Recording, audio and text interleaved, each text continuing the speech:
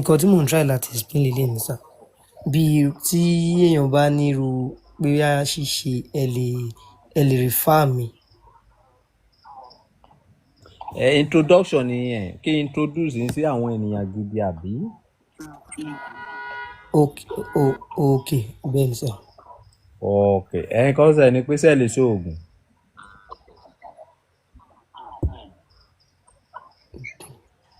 sẹ́ẹ̀ lè ṣàwo. irú wọn sà. ẹ ṣàwo kájọ kẹ tọ́jú bọ̀ nǹkan.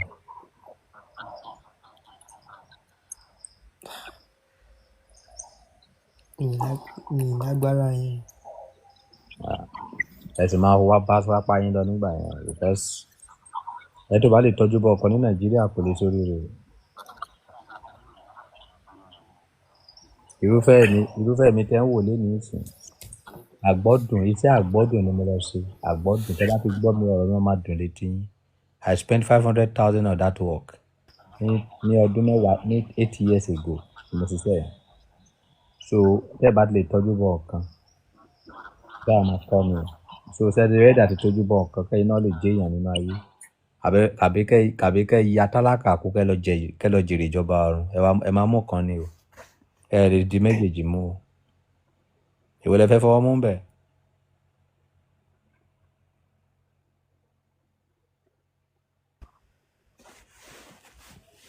hello. mo ń dá yín lóhùn. èwo lẹ fẹ́ bá lọ sí ìjọba ọ̀run lẹ fẹ́ bá lọ àbí kájọ rámáyé kájọ lọ sóògùn.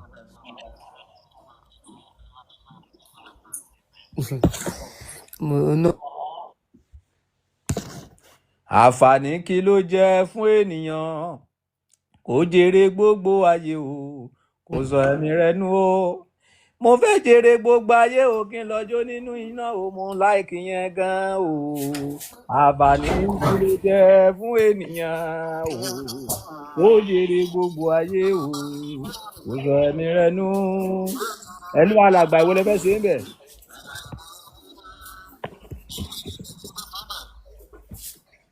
mo ti sọ fún sà mo ṣe wà pẹ̀lú Jésù ní sà. ok ẹ lọ bá Jésù fún promotion wọn wá síbí mi àwa mọ ẹ̀sùn láwa ń bí o. àwọn afẹ́rẹ́ amáyé ni. anybody bá ti rí lórí platform ọba Solomon àwa ẹ̀rọ inú iná àrùn àpáàdé ni àwa lè yá àmọ́ Jésù. ìyàwó èṣù lè o àwa rè. inú iná làwa lè yí lọ. ìyàwó èṣù lójó kò yí. àwa ti sáìn nípa pé inú iná làwa fẹ́ lọ sẹ̀ ṣùgbọ́n inú ayé ẹ̀yọ̀kan táwa yìí a máa bà ọjọ́ àwọn èèyàn jẹ́ a máa jọ gbádùn kú ni ayé ẹ̀yọ̀kan táwa wà yà a máa gbádùn kú gbèrègèdè tàbá ti gbádùn kú àwa máa lọ sínú iná àwa láìkì yẹn ìwọ ìdúró ti Jésù tí sápá bá fẹ́ bá ayé ẹ jẹ́ wàá dìnnà Jésù. Pétérù bàbá alákú bàbá Pétérù ó padà dìnnà Jésù nígbà tó dojú ẹ ká máa sọ pé ìwọ tó rí Jésù rí. àwọn èèyàn yà wèrè nínú ayé. Pétérù ó ní Olúwa mi Jésù ń sọ fún Pétérù wípé ìwọ yóò sẹ́ mi lẹ́ẹ̀mẹ́ta kí àkókò tó kàn. Pétérù sọ pé Olúwa mi tó bá dé ojú ikú mo máa tẹ̀lé ẹ débẹ̀ sá. nígbà tí wọ́n mú Jésù tó ń fún ní 40 tó ń yá lábàrá níbi tí Pétérù ti ń yá iná tí àwọn èèyàn rí tó ń wọ ọ̀gá ìbọn ṣe ń fún ní 40. ẹ ló arákùnrin a máa ń rí ẹ pẹ̀lú má nìyí ó ní èmi kọ́ mi ò máa rí sẹ́ẹ̀. wọ́n bá yóò yá wèrè Pétérù yá wèrè gidi Pétérù ò kì í ṣe èèyàn gidi. ọba òun ló ní fún afọbajẹ tó afọbajẹ fẹ́ ya àgbà tó bá kú àbí kí ló pè wọ́n abọba kú. ìwọ ọmọ Jésù ìwọ máa dó di Jésù sápá ò tí ì mú ẹsẹ̀ you never say anything okay. níbi tó ọ̀rọ̀ yẹn lágbára tó nínú Bíbélì ìjọ tí mo ti ka Bíbélì ẹni mo ti já wọ́n tó wá balẹ̀ kejì wípé a máa rí ẹ pẹ̀lú màá ní iṣẹ́ Bíbélì sọ pé Pétérù bẹ̀rẹ̀ sí fi èpè ta ó bẹ̀rẹ̀ sí ṣépè ó bẹ̀rẹ̀ sí fi èpè tí báàgì lè máa kíní eré kí Ṣàngó pa òun. Àpọ́sù ó mọ Jésù ó lóun ò máa ṣe nígbà tó máa tún béèrè lọ́wọ́ ẹ̀ lẹ́ẹ̀kẹta bíbélì sọ pé àkókò kọ ojú òun àti Jésù wá ṣe mẹ́rin wàá bẹ̀rẹ̀ sí sunkún òfò kiri títì. Wò mọ́mì, Jésù béèrè ẹjẹ́ kí n wàásùn díẹ̀ lálẹ́ yìí bóyá àyè ẹ̀yìn yìí máa sí. Àjàgà ìgbàgbọ́ ò ṣe ìwọ lè gbé. Jésù béèrè ò ṣe ìwọ lè gbé. Ara wele sin Ọlọ́run o. Ara wele sin Ọlọ́run o. Ẹ̀mí ya mi sin Ọlọ́run o. Iná jẹ́ kànga. Ẹ̀mí ya mi sin Ọlọ́run o. Iná jẹ́ kànga. Kí ni wọ́n pè ní ìgbàgbọ́? Àwọn tó bá fẹ́ sórí ibú nínú ayé ló máa ń ṣègbàgbọ́. Onígbàgbọ́ máa ń jìyà kú ni. Ẹ rántí Stefanu ni. Wọ́n sọ Stefanu lókúta pa ni. Ó mà ṣe o. Ìwọ ó gbọ́ Bíbélì, ó gbọ́ nǹkan tí Jésù sọ fún yín ni. Ó ní ìwọ tó bá fẹ́ tẹ̀lé mi, ó ní kó gbé àgbélébù rẹ kó máa tẹ̀lé mi lẹ́yìn. Kí ló wà nínú àgbélébù?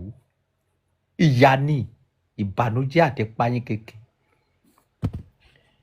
Inú ayé kò kìí ṣe fún onígbàgbọ́. Onígbàgbọ́ tó bá wà nínú ayé ó máa ń jìyà kú ni. Wà wá lọ gbádùn ní ìjọba ọ̀run. Ìjọba ọ̀run lèrè onígbàgbọ́ o. Èrè onígbàgbọ́ kankan kò sí láyé. Holy Center Aramada, Bíbélì sọ̀rọ̀. Aláyọ̀ ní nígbà tó bá ń gàn yín, Matthew chapter 5 verse 10. Aláyọ̀ ní nígbà tó bá ń gàn yín, nígbà tó bá ṣe inúnibíni sí yín, nígbà tó bá ń kẹ́gàn yín torí ti òdodo. Ẹ máa yọ̀ kẹ́ ẹ máa fò sókè nítorí pé èrè yín pọ̀ ní ọ̀run. Kì í ṣe wọn sọ pé èrè yín wà nínú ayé. Gbogbo àwọn pásítọ̀ yín tó ń kówó jọ nínú ayé, ọmọ èṣù ni gbogbo wọn. Àjọ lọ́nú iná ni. Ọlọ́run ò mọ̀ wọ́n, Jésù ò dá wọn mọ̀. Kò sí ènìyàn Ọlọ́run tó lè nílé lórí, tó lè kọ́ ilé. Bó bá ti jẹ́ èèyàn Ọlọ́run, tó bá jẹ́ pé o fẹ́ ṣe ìgbàgbọ́ bó ṣe tó àti bó ṣe yẹ, o ò lè rówó fi kọ́lé. Bẹ́ẹ̀ni, ta ló ti dánwò orí gan kó wá sọ fún wa. Àjàmúra gbólóde àgbà. Níbo ló ti fẹ́ rówó fi kọ́lé? Bẹ́ẹ̀ni. Ìkọ́ Bíbélì jẹ́ kó yé wa ìlànà tí Jésù ń là kalẹ̀ fún wa ni wípé tí o bá ní nǹkan méjì kó fún ẹni tí ò ní lẹ́yọ̀kan. Kò possible kó ní 20 million sákàntì kó sọ pé onígbàgbọ́ ni ẹ́. O gbọ́dọ̀ lè deliver 15,000 fáwọn ènìyàn. Nǹkan tó ń pè ní ìgbàgbọ́ nìyẹn. Mélòó nínú yín ló lè ṣerú ẹ̀? Kò sí. So gbogbo ẹ̀yin tẹ́ ń pera yín ní gospel kínní yìí, tẹ́ wá fi ìyà jẹra yín yìí nínú ebi. Ẹ kàn máa jìyà kú, ẹ jìyà láyé tó jẹ lọ́run. Torí pé kí ni? Ìgbàgbọ́ ayé ẹ ò mọ nǹkan tó ń jẹ́ bẹ́ẹ̀, ìgbàgbọ́ tọ̀run gan ẹ ò mọ̀. Onígbàgbọ́ máa ń jìyà kú ni. Ẹ tọ́ka ibi tí ilé Jésù wà nínú Bíbélì bó ṣe lókìkí tó. Ẹ tọ́ka ibi tó kọ́ sọ̀sí ẹ̀ sí. Ẹ lọ sí gbogbo ayé kẹ́ lọ jẹ́rìí mi o. Ẹ lọ. Onígbàgbọ́ máa ń rìn kú ni. Alárìnká lónígbàgbọ́ láti inú ìletò kan sínú ìletò ni. Ẹ ronú pàdà, ìjọba ọ̀run kù sí dẹ̀dẹ̀. Ẹ lọ sí gbogbo ayé kẹ́ lọ jẹ́rìí mi o. Ẹ lọ yéye o, ẹ lọ jàre. Ẹ lọ sí gbogbo ayé kẹ́ lọ jẹ́rìí mi o. Ẹ lọ pẹ̀lú ìhìn rere ti ìjọba Ọlọ́run. Wọn ò ní kẹ́ lọ wàásùn ṣọ́ọ̀ṣì, wọn ò ní kẹ́ lọ wàásùn CAC, wọn ò ní kẹ́ lọ wàásùn Redeem níbẹ̀, wọn ò ní kẹ́ lọ wàásùn Christ ṣọ́ọ̀ṣì, wọn ò ní kẹ́ lọ wàásùn ìhìn rere ti ìjọba ọ̀run. Wọn ò ní kẹ́ lọ wàásùn ẹ wá ṣọ́ọ̀ṣì mi, Jésù ń gbàlà, Jésù ń wòsàn níbẹ̀. Ìhìn rere ìjọba ọ̀run. Kí ni wọ́n pè ní ìhìn rere? Àjàmúra gbólóde àgbà. Ìwọ yóò mọ òtítọ́, òtítọ́ yóò sọ ẹ́ di òmìnira. Àwa ti mọ òtítọ́, a ti di òmìnira. A ò sí nínú ìdè kankan mọ́. A lè so oògùn bó ṣe wù wá, a lè jẹbọ, a lè lọ sílé òòṣà anytime. Torí according to what is the Bible, èmi mọ̀ wípé mi ò lè wọ ìjọba ọ̀run. Torí mi ò lè ṣe ìgbàgbọ́ yẹn, ìgbàgbọ́ rádaràda ni lọ́dọ̀ mi. Ìgbàgbọ́ ká máa rùn pàkú. torí ẹ mọ nǹkan tó pẹ̀lú onígbàgbọ́ máa ń jìyà kú ni. Ẹ gbọ́ nǹkan tí Jésù sọ fún olówó yẹn ni nígbà tó lówó yẹn lọ bùn. Ipò Olúwa kí lèmi yóò ṣe tí màá fi rí ìyè? Jésù sọ pé kó pa òfin mọ́. Ó ní irú òfin wo? Ó ní bọ̀wọ̀ fún bàbá rẹ àti ìyá rẹ. Má ṣàgbèrè, má ṣe panṣágà. Ó ní kábíyèsí. Ó ní gbogbo àwọn òfin wọ̀nyí ni mo ti parí láti kékeré mi. Kò sí kankan tí mo rú ń bẹ̀. Ó ní okun ẹyọ kan tó bá wọn kó fẹ́ pé lọ ta gbogbo nǹkan ìní rẹ kó fún àwọn tálákà, sì wá kó sì máa tẹ̀lé mi lẹ́yìn. Nígbà tí ẹ rí i pé orí burúkú ni Jésù fẹ́ kó ràn ọ́n, ó sọ fún Jésù, Bíbélì sọ pé ó kú lọ́dọ̀ Jésù pẹ̀lú ìbànújẹ́. Jésù wá bójú wo àwọn ọmọlẹ́yìn rẹ̀. Ó ní lóòótọ́ ni mo wí fún yín o. Ó ní ó rọrùn fún ràkúnmí láti wọ hùwà abẹ́rẹ́ jù fún olówó láti wọ ìjọba ọ̀run. Ṣé àwọn pásítọ̀ yín sí tálákà ni wọ́n? Kò sí nínú àwọn pásítọ̀ yín tó máa wọ ìjọba ọ̀run. Ọba àgbáyé ló sọ bẹ́ẹ̀. Ìgbàgbọ́ tí ẹ gbà lénìí, ìgbàgbọ́ àwọn ẹlẹ́bi, ìgbàgbọ́ orí ibú, ìgbàgbọ́ rádaràda tó nítumọ̀. Kò sí olóríire kan tó fẹ́ wọ̀jọ́. Àwọn olórí ibú ló máa wọ̀jọba ọ̀run. Àwọn olórí ibú nínú ayé. Àjà mo padà sọ́dọ̀ Lásárò nínú Bíbélì. Wọ́n kàn gbé wá ní ó pẹ́ tí mo ti mọ ẹnẹkí mọ láyé. Ẹnẹkí ìbà rẹ o. Ìkọ́tọ́ ẹnẹkí gbé wá lálẹ́ lágbára púpọ̀. Ọba mi, ẹnẹkí yẹn ni ọba wọn fìlì yín pa. Ẹnẹkí yẹn gbé nǹkan kan wá.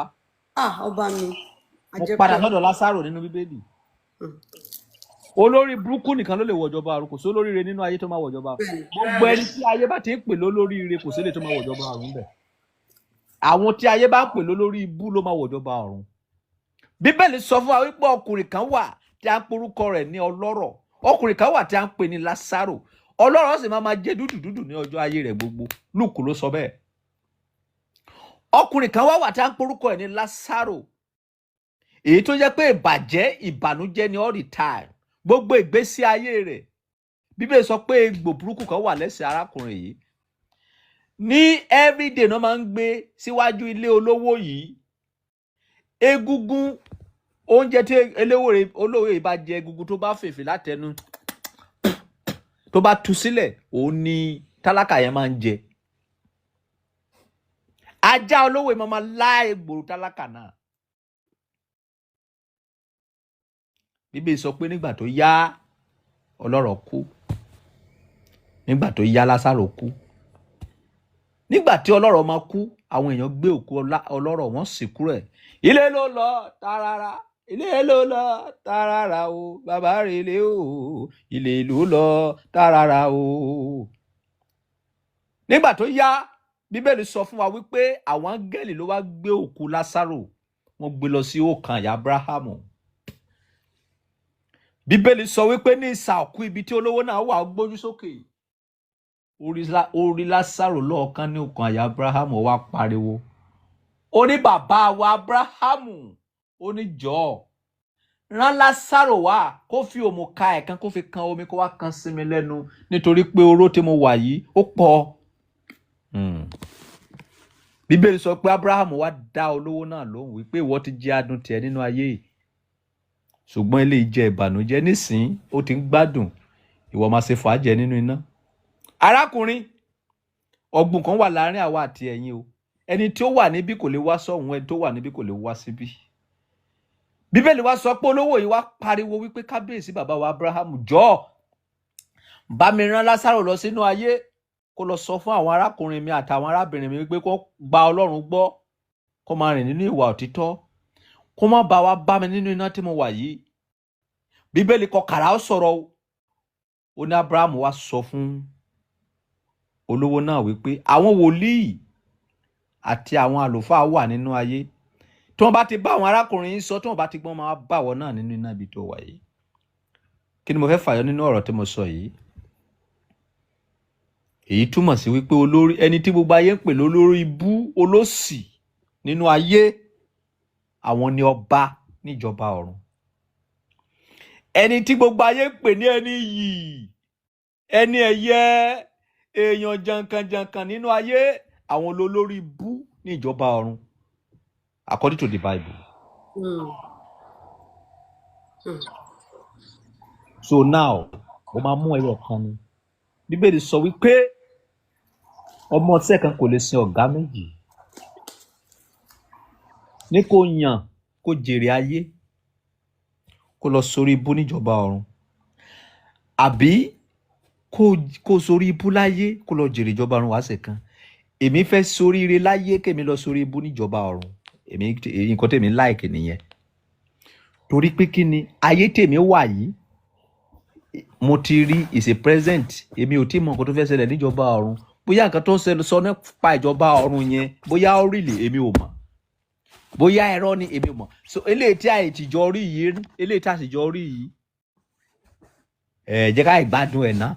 Ilé ayé yìí àìmájọ jẹ́ ni. But ọba Solomon ò ní bà tènìyàn jẹ́.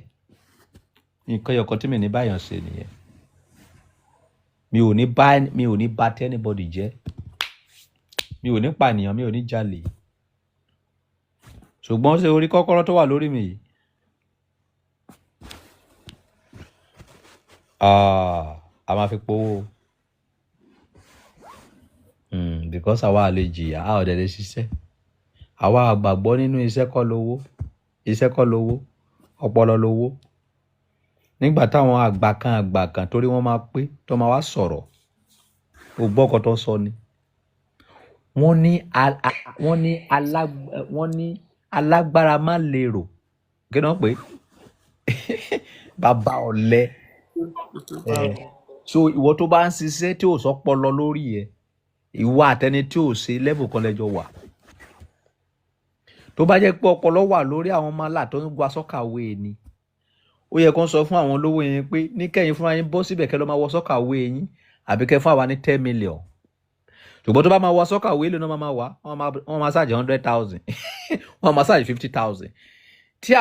Tí gbogbo wọn bá yarí tó wọn bá wá sọ́kàwé tó ń sọ pé àfi tó bá gba 10 million tí àwọn olówó yẹn bá rí gbé àgbẹ̀ sí sọ́wọ́n máa sanwó àbọ̀ ní sanwó. They will pay. Definitely wọ́n máa sanwó ọ̀hún.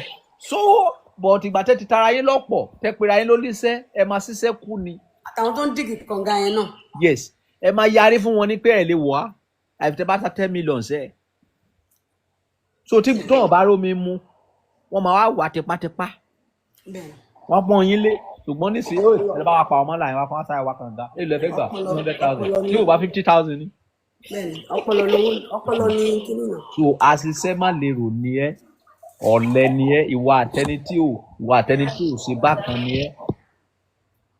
Lórí ìdùbúlẹ̀ mi yìí nísìnyí owó wọlé steady tó bá fẹ́ bá ọba Solomoni sọ̀rọ̀ ní díẹ̀ wàá sọ 100,000 tó bá sọ pé o ò lè san má bá mi sọ̀rọ̀ nǹkan tí o sì fẹ́ bá mi sọ yẹn kò ó sì ń já ẹ̀jẹ̀ ni ó sì ń rìn ẹni kò tí ì já tó bá já ẹ̀jẹ̀ wàá bínú san 100,000 sẹ́ẹ̀ ẹ̀bẹ̀ ló bá tó fi san ẹ̀ ló ọba okay I'm ready to pay the 100,000 please let's talk you will pay àbí kó má sọ ọ̀rọ̀ yẹn kó má gbénú ẹ̀ wàá sì kan wọ́n máa create àyè fara ẹ̀ ni ìwọ fúnra ẹ̀ ló máa create àyè fara ẹ̀ nínú ayé anybody ò ní create àyè fún ẹ if you want to talk to